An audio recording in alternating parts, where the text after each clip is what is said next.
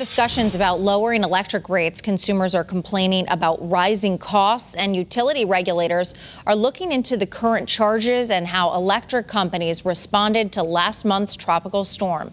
Chief Capitol reporter Susan Raff is live now at the state capitol with all of today's developments. Susan.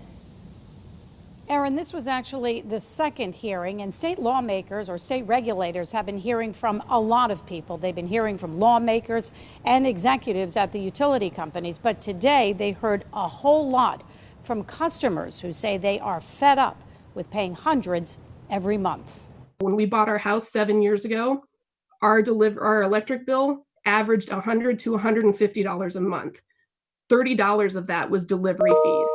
Now, I'm paying anywhere from $200 to $500 a month in delivery fees for the same usage. Diane Schoenbarger's electric bills keep going up. I want to know how that's acceptable.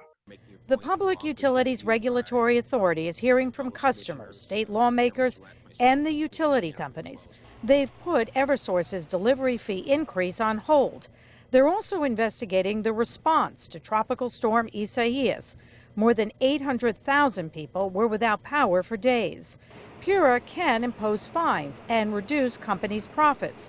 Lawmakers want them to have more power.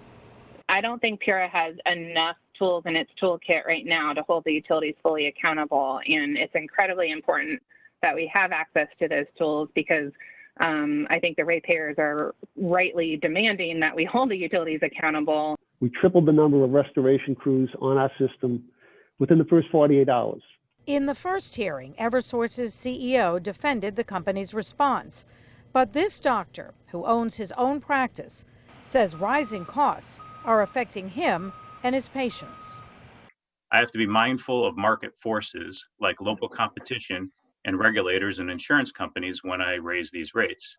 Eversource faces no such obstacles other than PURA.